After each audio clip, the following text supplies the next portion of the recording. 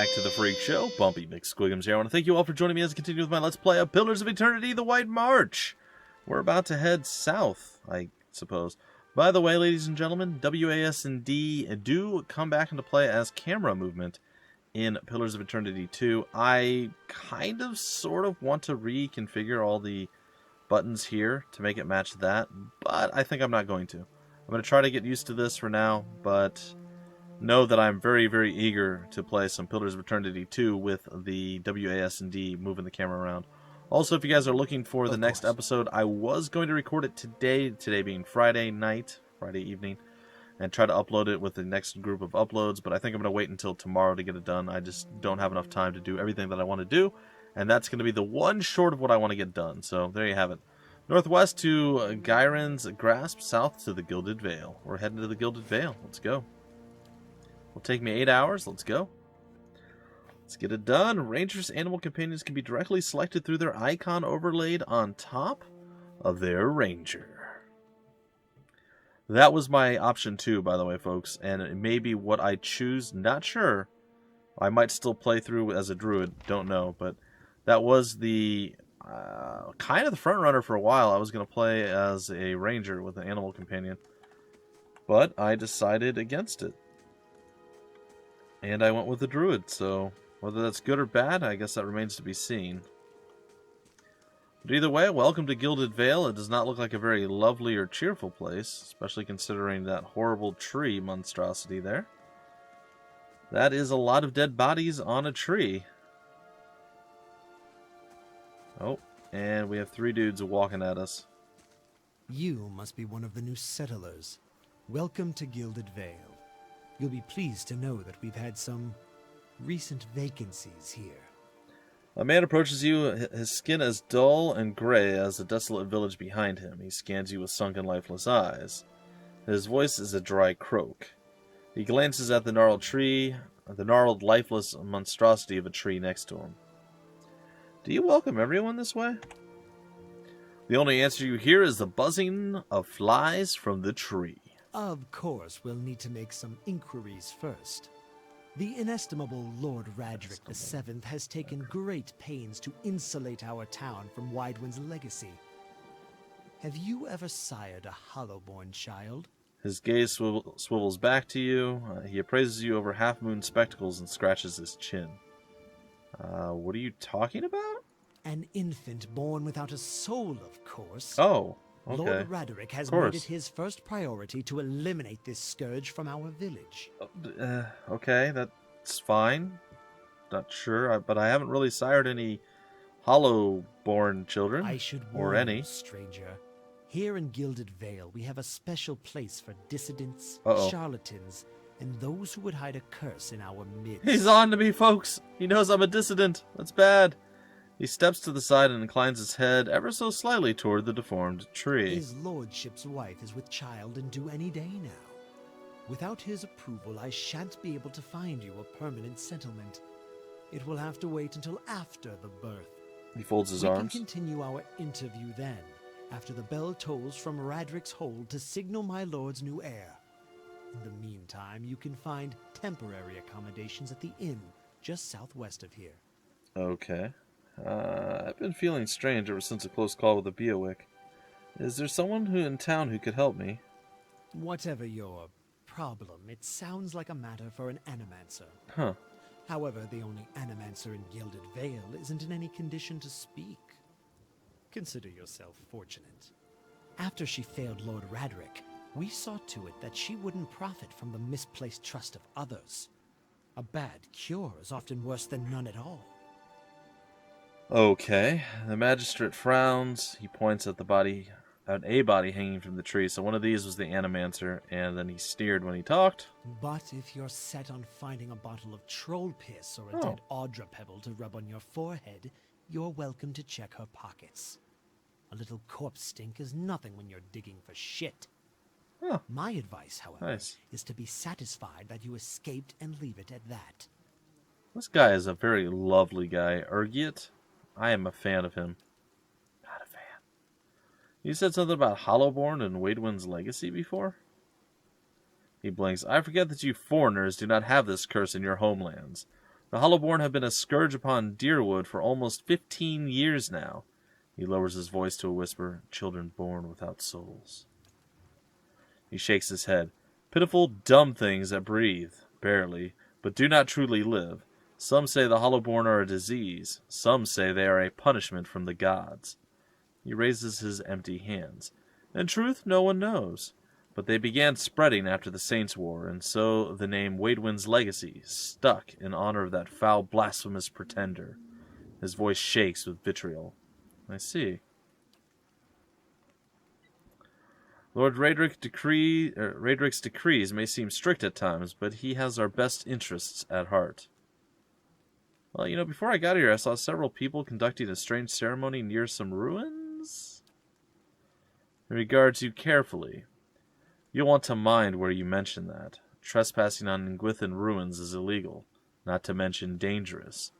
You probably saw someone attempting some new ritual to appease the gods. People will try anything these days. Barath have mercy. We certainly have. Maybe so. I don't think so. Just as they finished, there was a Beowick.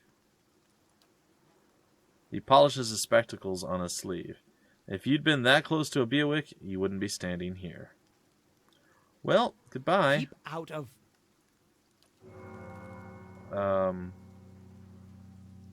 Listen! Hey, it's me, Amoen. 2 tolls.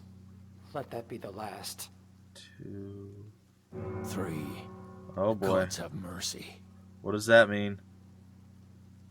It seems your arrival is ill-timed. Isn't it always? Urgiet looks out toward the east, his expression unreadable. He blinks slowly and turns his attention back to you. 3 bells toll only for the death of a Radric. I fear Lord Radric's heir is lost, or else Hollowborn, and so lost all the same. You should tread carefully. Circumstances have changed a great deal. A peculiar spasm crosses his face, and the corner of his mouth quirks up into a mirthless smile. What do you mean? You come to us at a time of mourning. The legacy has struck at the heart of Gilded Vale. Our efforts to redeem ourselves in the eyes of Barath must be redoubled. He sets a steady gaze on you. What happened? He shrugs one bony shoulder. I will know more details when the messengers arrive. The vagaries of childbirth, perhaps. But that is not your concern. Does this affect the Lord's offer to new settlers? I can be sure of nothing right now. I advise you get some rest. The inn, or a stable for all I care. Find me afterward. I will know more soon enough. Don't threaten me, little man. He shakes his head unmoved. It is no threat, only a warning. Lord Raedric will tolerate no threats to his kin, or those who live upon his lands. Grief will not make him more docile. Well, farewell. Well, that was weird. That was kind of a strange little scenario that just played out, or scenario if you prefer. We can dig through somebody's pockets. What was the thing that somebody said? Seem to be a lot of weird little herbs over here. What if it's not the baby? Maybe Kolsk managed to... Hush, are you mad? Leave it for indoors. Oh, okay. I can't step over this little area here, no? Hey, that guy joins us at some point, doesn't he? He seems familiar. Well, I'm by this giant tree. Scattered between the roots are bracelets of twine, bead wilting flowers, and notes half erased by rains. I don't see anybody that I can talk to or pockets I can dig through, so I'm not real sure what's supposed to be going down. That's okay. Let's go talk to Eder, or Eder. Were you looking for someone in that tree? I could introduce you. Well, I'm looking for anyone who can help me feel better. He gives an understanding nod as he takes a long drag from his pipe. My condolences. He exhales and turns his attention away, watching the village around him. The man smiles broadly. Welcome to our lovely village. Okay, well maybe I'm wrong, but I could have sworn he joined us at some point. Could be down the road, he does. Well, let's go kind of gather stuff around town, see what we can do. I'm not real sure what I'm doing 100%, but we'll figure it out. Just have a lot more fortune tellers come through. Lord Raderick had us chase them off. The Blackhound Inn's a fine place to sit and have a smoke. Wait, what's that? Leave my home to the hut dwellers? Never. Your crops are blighted. The legacy is upon us. This place is cursed. Hello, Doran Chamberlain. Oh yeah, these guys, if I recall correctly, and again, I'm reaching back several years now, but if I recall correctly, these are people that backed them at a certain level on Kickstarter, and as such, they actually got characters, NPCs, in the game that had some sort of cool backstory written specifically for or by them. So Doran Chamberlain, as you near, you feel a vibrant history contained in the essence of this man's soul. Voices from its past seem to call out to you. Reach out for the soul. You see a large crowd gathered in the middle of a courtyard. The man stands in the midst of them, a cloak pulled over his head.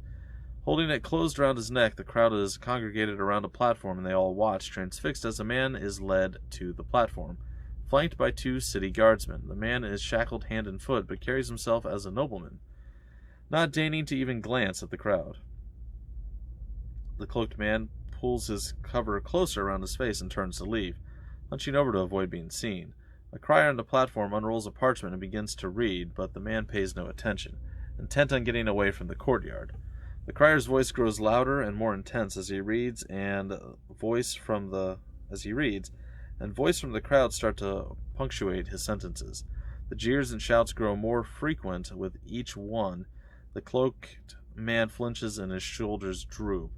He breaks from the crowd, coming to the edge of the courtyard as the crier reaches the end of his proclamation. The crowd grows silent again, save for the occasional shout. The man turns back to look at the platform, seeing his father kneeling before the block, neck exposed. The executioner moves into position, lifting his axe to strike. The man turns suddenly, unable to watch. There is a wet thunk, and the crowd breaks into cheers and applause. He leans against the wall, regaining his composure, then straightens up. With obvious resolve, he strides off, away from the crowd and his legacy. Well, that sounds depressing. What kind of horrible backstory is that, man? Jeez. As you near, same situation, reach out for the soul. You see a pair of immaculately polished leather boots and impeccably maintained goatee. Their owner, a slightly hook-nosed man with a wicked grin and narrow eyes. He bobs his feathered hat at a nearby merchant as he ambles by, a small piece of parchment held tight in his fist, ink staining his fair fingers. He seems to know most of the merchants in the market, stopping to engage some, nodding at others, and even bartering for minor goods with a select few, always smiling, laughing, and exchanging jibes. He approaches a heavy-set smile plastered stiff across his face, and jokes about the weather. She jokes back, subtly palming him several gold coins. When he walks away, the paper in his hand is gone, and the smile on his face far more genuine. He tips his cap at her, winking, and trundles off with a new spring in his step. Huh. Well, that's weird. Okay, well, the whole situation, that's just a weird thing in general. Like, all of it's strange, but it's fine. We'll learn more about it as we go, if I recall correctly. Getting a lot of them there spring berries, though. I'll tell you that much. Alright, we got ourselves some gold root chowder, maybe? I didn't read that all the way. Apologize. Alright, well, we can go inside this house. I feel like we don't necessarily need to yet. So I'm going to kind of wander around town a bit, but we're eventually going to head toward the inn. And that's probably going to be where we end up breaking off the episode, too. Oh, it looks like we can walk all the way around up here. It's interesting. I'm sure we'll spend a couple of episodes at least inside this town. Getting to know everybody, getting all the information and questing and stuff that we can done. Barath's Bell, okay. I feel like I could probably walk around and with fast mode out. I don't know. Poor Alfra is so worried about her child, I don't blame her. I used to have a lot more fortune tellers come through, but yeah, he got chased off, or he had them chase him off. That's fine.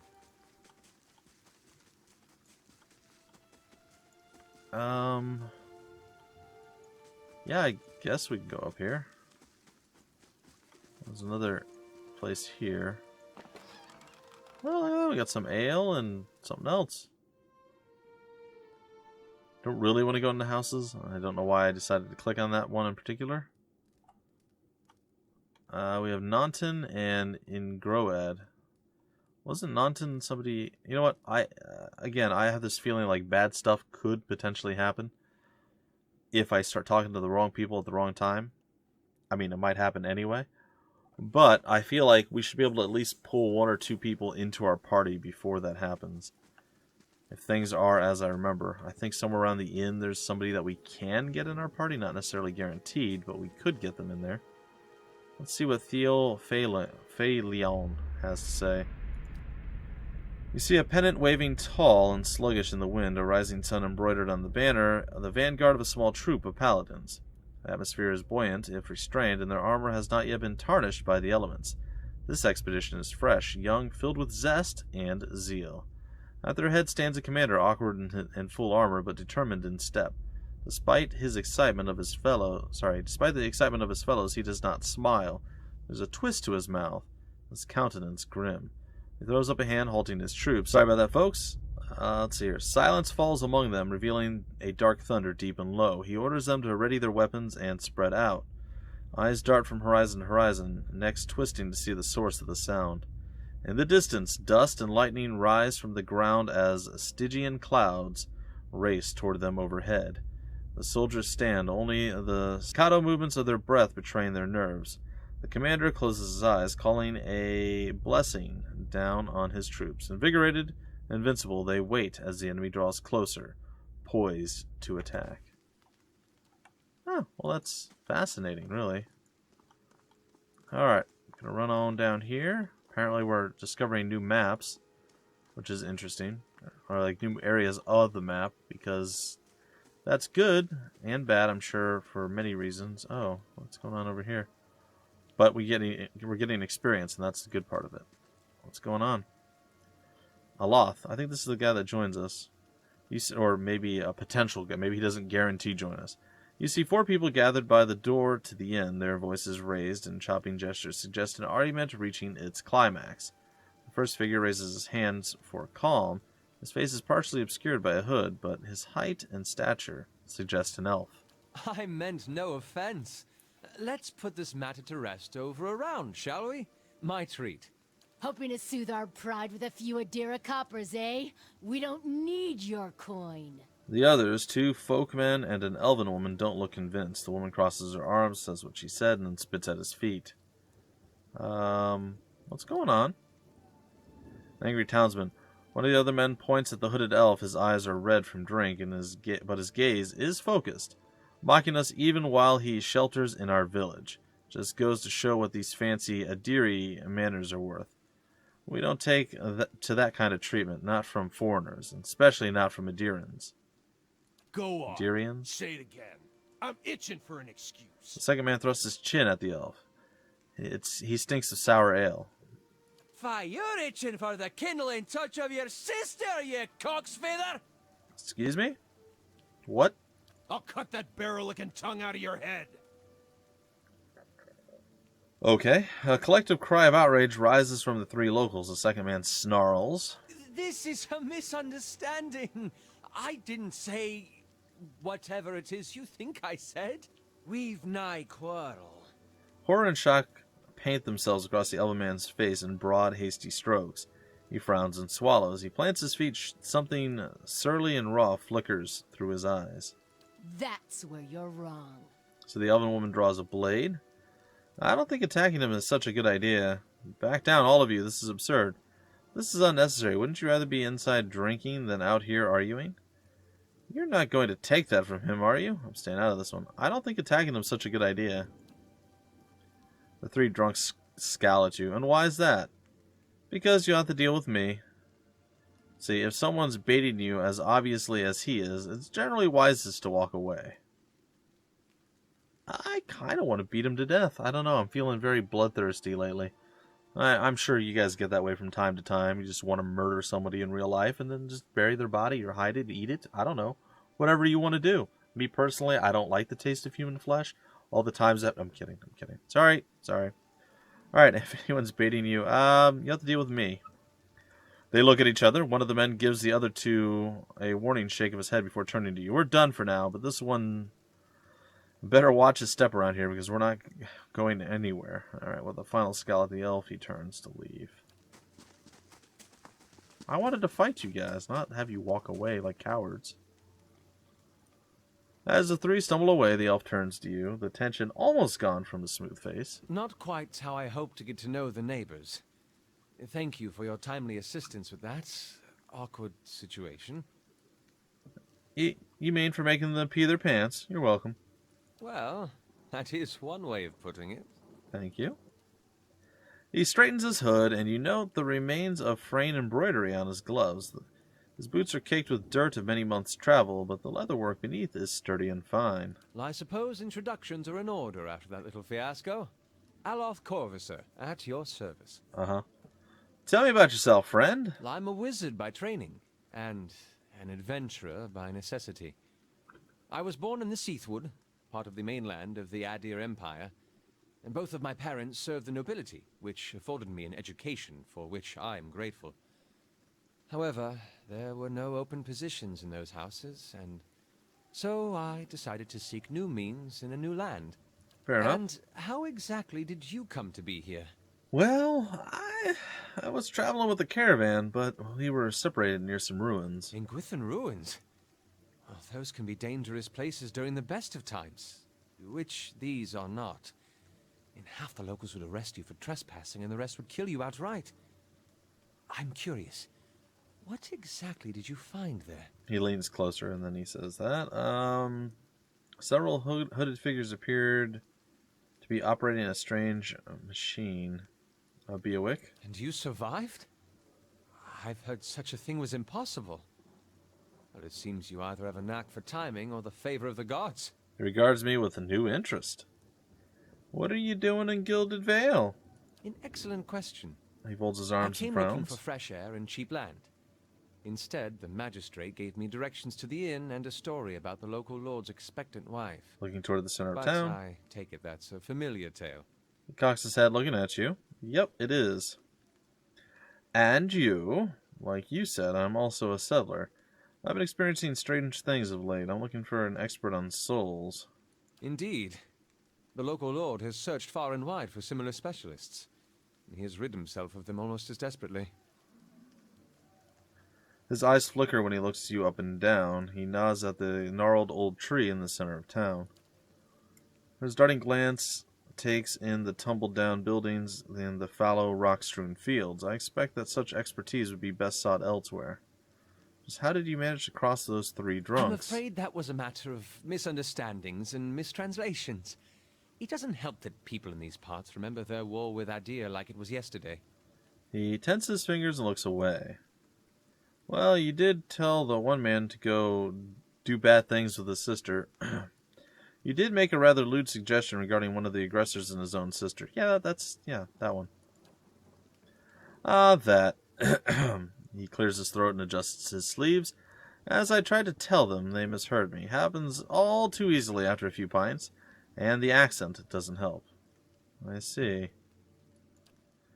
For which I am grateful. Let's discuss something else, shall we? You don't exactly look like a settler. Begging your pardon, but neither do you. Yet, circumstances can find a person in the strangest of places. A sly grin crosses his lips. Well, I should get going. As should I, given recent events. It's just as well. I've had enough of the watered wine and lumpy beds at the inn. They say even the owner tired of the place. Just up and left one day.